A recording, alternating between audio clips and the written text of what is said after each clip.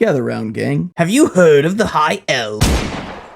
We're not doing that one. I love RPGs. They're by far my favorite genre of video games. The sense of openness and wonder, the ability to make a character of my own and build them in the specific way that I want them to play, the sheer amount of stories and new things to uncover. It's one of the best feelings in the world. It's the ultimate expression of freedom that a video game can achieve. Games like The Witcher, Dark Souls, New Vegas, and Baldur's Gate are what really inspired my love for video games in the first place. The Elder Scrolls IV Oblivion Remastered is a remaster of The Elder Scrolls IV Oblivion, developed and published by Bethesda Game Studios. You know, the Todd Howard one. You guys know Todd Howard. Everybody loves Todd Howard. He's the video game guy. He's the creative mastermind behind all 15 of the Skyrim re-releases we've seen over the years, including a version for the Amazon Alexa, which I did not know about until writing this script. The Elder Scrolls IV Oblivion is set in the fantasy continent of Tamriel, in the province of Cyrodiil. That's the one south of Skyrim where the Empire and stuff is. In the year 433 of the Third Era, set during the Oblivion Crisis, in which the plains of Oblivion set to invade Tamriel, only you, the hero of Kvatch, can rise to the occasion and get some other guy named Martin to stop it. So here's the thing. I never actually played much of the original Oblivion. Most of the time I do have in it was spent using console commands to see how many watermelons I could spawn until my computer started having out-of-body experiences. I've played Skyrim probably too many times for my own good. I don't even really like Skyrim, it's just one of those games I play through every few years when I'm feeling bored. As a big fan of RPGs, I just find Skyrim lacking. But with the new Oblivion remaster out, maybe the Elder Scrolls franchise will finally instill within me the love and passion that everyone else has. Well, let's talk about it. You probably cheated me, didn't you? You probably cheated me, didn't you? Sit down for a moment. Grab yourself a snack, maybe some cheese and crackers, a nice cup of OJ, because we're gonna talk about remasters. Generally, I don't like them. A lot of the time, a remaster feels like a shallow attempt at simply re-releasing a game with maybe a couple new features and a slight graphical upgrade. I usually much prefer a full remake. If you're gonna re-release an old game, do something new with it. Luckily, Oblivion doesn't quite fall into this trap. Instead of a slight graphical upgrade, we got this. Also, there's a sprint feature now. Thank God. And what a sprint that is. That is a full-on Devilman Crybaby sprint right there, and I couldn't be happier. I'm not gonna go through every single change made from the original, but there is a pretty good amount, and all of the changes are good ones. There really is no reason to play the original now besides nostalgia, hardware limitation, or, I don't know, a mod you really like. Oblivion uses a pretty standard RPG system. If you've played one before, you probably won't be surprised by any of the mechanics you'll find. You got your swords, your bows, your magic, your armors, and shields. You've got your quests, and NPCs voiced by a cast of about 5 different actors to give them to you. As you progress, you'll slowly grow in skill and ability in the skills that you use, taking on harder tasks with greater ease. What sets Oblivion apart from the rest is...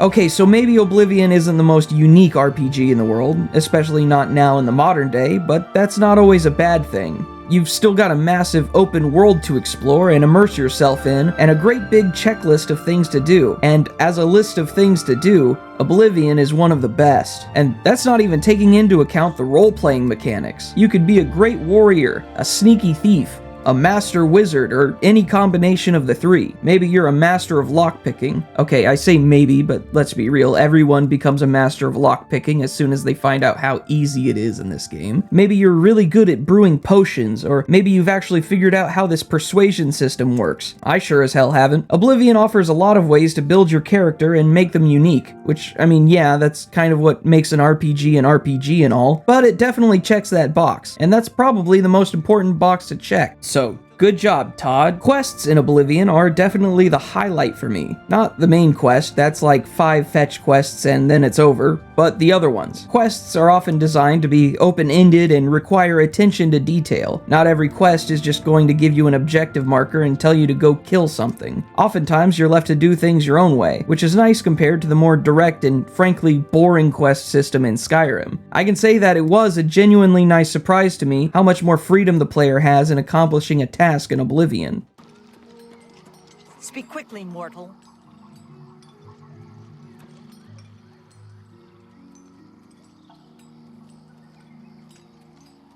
It doesn't take a genius to point out that Oblivion Remastered looks great, infinitesimally more so than the original. NPCs no longer suffer from crippling potato face syndrome, the ungodly bloom has been taken out back and shot as it should have been all those years ago, and the lands of Cyrodiil are beautiful. For all of the criticisms that I might have of Bethesda games, they have always excelled at one thing: immersion. I don't like Skyrim, I don't really care for Fallout 4, but one of the reasons I find myself coming back to those games so often is purely from the atmosphere and detail in the world provided. The sense of adventure never gets old. I have walked the steps of High Hrothgar more times than I can count. It's definitely somewhere in the triple digits at this point, and somehow that never gets old. The same thing goes for reaching Diamond City. I don't like these games flat out, but there's something about just walking around in them that compels me to return to them time and time again, and Oblivion is no exception. I can wander the forests and rolling hills of Cyrodiil for days, and I'll constantly stumble upon new things that I haven't noticed before. Obvious and glaring weaknesses in the event of a siege aside, the Imperial City is one of the most impressive looking places I've ever seen in a video game. The Dark Brotherhood Sanctuary is perfectly dark and foreboding. Even the swamps to the south look amazing. For all of the things I'm going to be saying about Oblivion Remastered in a few minutes, I want you to keep that in mind. If there's one thing I can say that I genuinely love about this game, it's the world itself. Wait, no! Have you heard any word about the other provinces? Nothing I'd like to talk about. I hear you. Heard any news from the other provinces? Bye. Farewell. Good afternoon. Okay, let's be real for a moment. You know the Oblivion soundtrack. Everyone does. I knew the Oblivion soundtrack the moment I left the womb, and Oblivion wouldn't even release for another 7 years. It's the soundtrack. You could put this on doing the most menial, simple task imaginable, and you'd feel like the greatest hero this world has ever seen. Here's a little King Rat lore for you guys. I currently work at a boarding facility. It's a lot of cleaning and picking up dog turds. All in all, not the most heroic of jobs. But when I put this soundtrack on at work, I'm not cleaning out a kennel. I'm laying waste to an army of Daedric bacteria. I'm not picking up dog turds. I'm picking up fucking Excalibur. Look, what can I say? Jeremy Soule is a creative genius. Let's not forget that he also wrote the soundtracks for Morrowind, ESO, Prey, and my personal favorite, Pajama Sam. He's a talented guy. Apparently not so talented at keeping it in his pants, but when it comes to music, there are few who can stand beside him. If those allegations are true though, I do hope he, dies. Voice acting is infamously not Oblivion's strong suit. Sir, yes sir. Civilians, it's time to move out. Let's go. After you disembowel the next idiot, I want you to smear his blood all over the walls.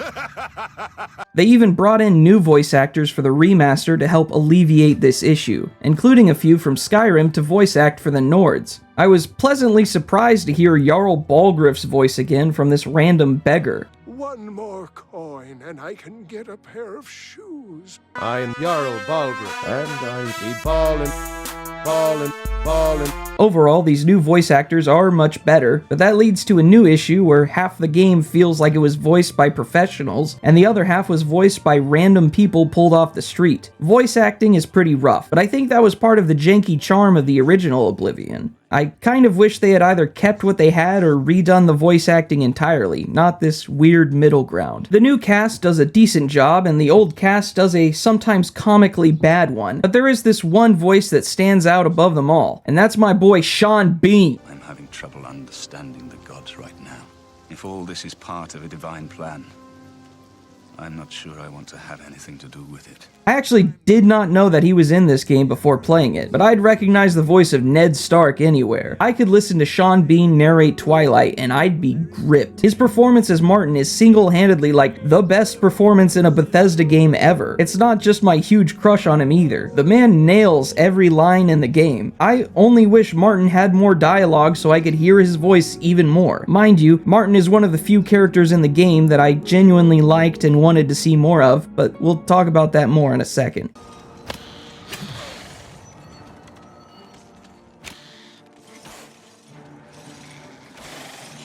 Okay, I know I've been playing my cards pretty close to my chest so far as to how I actually feel about Oblivion. I've been keeping it real low-key, real hard to pick up on throughout this review, but to tell you the truth, I don't really like it. It hurts to say, and seeing how much praise it's getting has me feeling like I'm missing something here. Oblivion is a hard game to review. Do I look at it as a remaster of a game that came out 20 years ago? Then it's nearly perfect, but I don't have that nostalgia for Oblivion that everyone else does. I don't feel that excitement over playing a childhood favorite like other people do. Viewing it as a game on its own, which is the only perspective I can take, I'm not a huge fan. I could talk about the poor performance and constant crashes, but I mean, come on. It's a Bethesda game, those are part of the experience. No, my problem with Oblivion goes much deeper. One of my biggest problems with the Elder Scrolls games as a whole is that it's meant to be an RPG, but what role am I really playing? There's no real opportunity for my character to form a personality. There's no dialogue options besides choosing the next thing for an NPC to say. Like, I'm constantly asking questions rather than giving my own opinion on anything. Is my character a brave and heroic knight or a huge asshole? Well, I did join the Dark Brotherhood at one point, but I also saved the world several times over. Am I a hero or am I just the ultimate yes man? Every Elder Scrolls protagonist is by default just the person that does everything that people tell them to do. There's no decision making, there's no way of giving input on anything, you're less of a character and more of an entity. Even RPGs that already have a preset protagonist with defined personality traits like The Witcher still give you the opportunity to decide things for yourself and express your opinions. In that department, Oblivion isn't just lacking, it's completely missing. And it's not like the world itself is full of character either. I don't know what it is about Bethesda's writing department and their apparent lack of interest in creating compelling characters in their games, but I really don't care for it. I know this game is 20 years old, but I think that this would have been a problem back then too. Let's look at some of Oblivion's contemporaries. Metal Gear Solid 3, Mass Effect, The Sopranos video game. Let's do an experiment. Look at this NPC. I've censored his name. I want you to tell me who that is. How about this one? Or this one?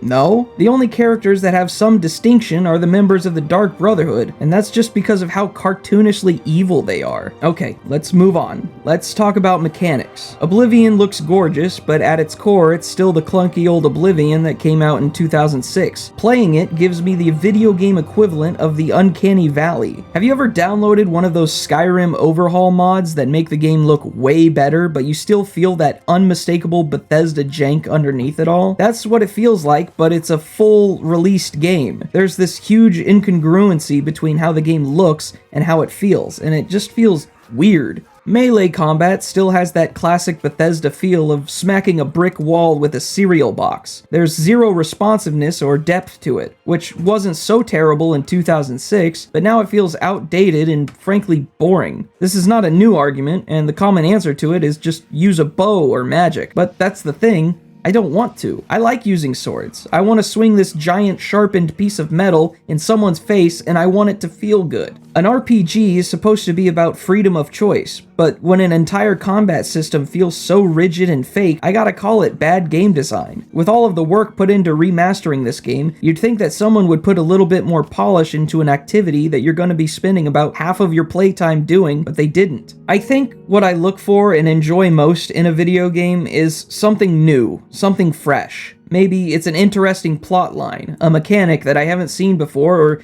just a character to get attached to. Oblivion just doesn't do any of those. I looked all over for something to really sink my teeth into, but I found nothing. It feels like any other RPG minus a few things I really like and nothing to replace them. There's nothing new here that I haven't seen before, and I think that's what hinders my enjoyment the most. I've got this huge, beautiful sandbox in front of me and no Tonka toys. Ultimately, Oblivion is a beautiful game with an amazing sense of exploration and atmosphere that severely lacks in almost every other department. It's your typical mile-wide, inch-deep situation. Wait a minute, now that I think about it... Todd, you son of a bitch! I'm kidding, mostly. Oblivion is a lot deeper than Skyrim, I just wish it was more, you know? I think most people who will play it will like it, and that's totally cool. Can I recommend a game for other people, but not for myself? I'm looking into this world, seeing everyone enjoy a thing I didn't, and I'm happy for them, I just wish I could join them. I want to like Oblivion so desperately. What am I not getting about this? I know it can't all be nostalgia, because there are plenty of people who never played the original and still really enjoyed the remake. remaster. Is it me? Am I just dumb? Don't answer that. This house is a death trap. We're being killed off, one by one. Look, Todd, I'm sorry. It's not you, it's me. I really wanted to like Oblivion. I always heard stories about how much better it was than Skyrim, and I really wanted to experience that. I never go into a review expecting the game to be bad. I fully expected to love this game. And there is a lot here to love. The world of Cyrodiil is beautiful, and it comes with one of the best soundtracks in the world to explore it to. And the quest designs are sometimes fantastic. But there's only so much of everything else that I can take before my enjoyment starts to run on empty. It's not the result I wanted. If you are a fan of the original Oblivion, then I can wholeheartedly recommend the remaster. What you're getting is almost strictly an upgrade. But if you're not a fan of Oblivion or have never played it, I can't give you the same recommendation. I don't think that this game was made for me, and that's fine. There's plenty of other games in the sea, or the Atari landfill. For what it's worth, it's not the worst thing I've ever spent $50 on. That probably goes to the time I pre-ordered No Man's Sky. And hey, still better than Starfield, am I right? Thanks for watching, gang. It seems I've finally done a negative review. Really wasn't expecting it to be this one, but life always finds a way of surprising us. I'm hoping for the comments to be civil, but I'm not holding my breath. If you liked this review, please gently caress that like and subscribe button. Also be sure to join our community Discord, where we post pictures of rats and sometimes play video games. Also, be sure to tune in to Amy's Adventures on Twitch, where Queen Rat and I will be participating in her Sunhaven live streams. She's a good friend of the channel and deserves your support. Link to both will be in the description. Anyway, that's all for now, fellas. One love. See ya. Ballin, ballin, ballin, Jarl, ballin, Awesome. ballin, ballin, swag. Woman, I'm Lord of the Rings. I'm the Jarl of Whiterun. Holler if you need me. Haters gonna hate. Ow! Haters gonna hate. Ow! Bitch.